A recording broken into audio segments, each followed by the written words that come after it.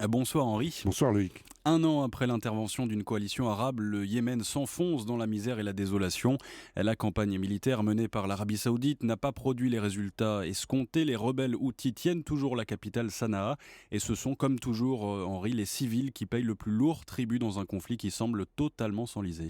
Oui, ce qui se passe au Yémen, Loïc, est tragique et en même temps c'est révoltant. Ce qui est tragique, c'est que cette guerre, à bien des égards parfaitement inutile et surtout évitable, elle frappe de plein fouet le pays le plus pauvre d'Arabie, qui est comme par hasard le seul de la région à ne pas disposer de la manne pétrolière. Ce qui est tragique aussi, c'est que ce conflit a mis en pièces toutes les composantes d'un État, composantes qui manqueront cruellement au moment où il sera peut-être possible d'envisager sa reconstruction et un retour à la normale. Or, il faut savoir qu'en dépit de sa pauvreté, le Yémen a une très longue tradition de débat intellectuel avec des universitaires et une intelligentsia très politisée, souvent laïque, et qui est parfois parvenue dans le passé à dépasser les clivages religieux ou claniques. Mais dans le fracas des armes, ce Yémen-là est en train de disparaître. Et vous disiez aussi révoltant, Henri. Oui, ce qui est révoltant, c'est que contrairement à la Syrie, aux attentats en Europe, ou même à la question des migrants par exemple, eh bien cette guerre se déroule dans le silence et dans une indifférence quasi générale, et qu'elle se poursuit presque sans témoin, puisque la plupart des journalistes indépendants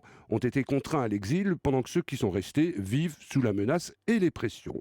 Il est vrai qu'il s'agit d'un conflit complexe qui mêle à la fois des rivalités de pouvoir, des conflits locaux, surtout tribaux, et des luttes d'influence régionale, notamment entre l'Arabie saoudite et l'Iran. Mais il n'est pas nécessaire d'être un spécialiste de la politique du Yémen pour être frappé par les bilans accablant des agences internationales.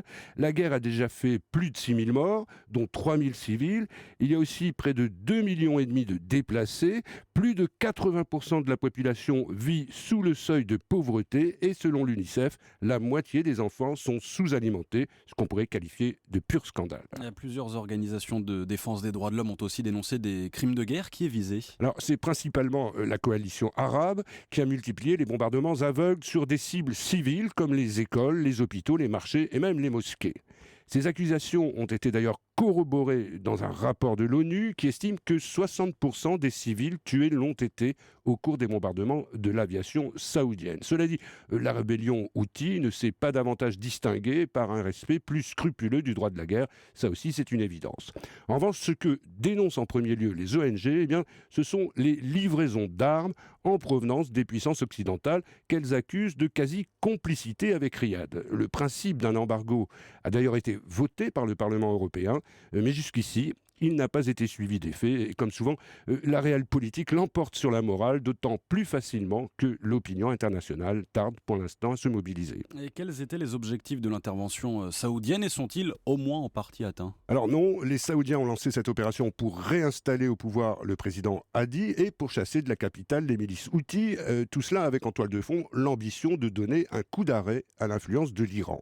Alors non seulement ils ont échoué sur tous ces points, mais plus grave encore, le chaos a permis aux djihadistes d'Al-Qaïda et du groupe État islamique de renforcer leur position dans plusieurs régions, et notamment autour d'Aden, la deuxième ville du pays. On peut donc parler pour l'instant d'un véritable fiasco. Alors jusqu'à présent, les efforts de l'ONU pour parvenir à un règlement du conflit n'ont rien donné. Y a-t-il tout de même une petite lueur d'espoir ? Il y a eu certes ces derniers jours quelques signes positifs, des négociations, des échanges de prisonniers, et un nouveau cessez-le-feu pourrait même intervenir à partir du 10 avril. Mais les rebelles houthis ont encore les moyens de se battre, tandis que l'Arabie saoudite ne peut en aucun cas se permettre de perdre la face. Par conséquent, les chances de parvenir à un règlement paraissent toujours assez minces. Merci Henri Guirchoun pour cette chronique autour du monde à retrouver sur notre site europe1.fr.